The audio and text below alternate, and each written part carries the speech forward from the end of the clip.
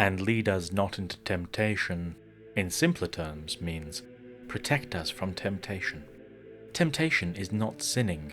Jesus was pointedly tempting during his 40 days in the wilderness, and of course he was broadly tempted across his whole life as a human. But he was also without sin. If you see a woman drop some money on the street, the temptation that may be present is to keep the money for yourself. But if you don't ruminate on it, and do your best to get that money back into the woman's hands, you have taken part in no sin. Fallen creation just allowed for a circumstance where you may have sinned, had you acted otherwise.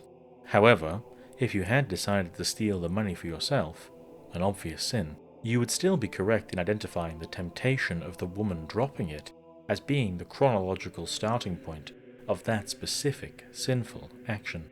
As we cannot trust ourselves to meet every temptation with the grace and sinlessness of Jesus, it would be better to avoid temptations altogether, and as such, this line pleads with God to take us far from the things that tempt us to sin.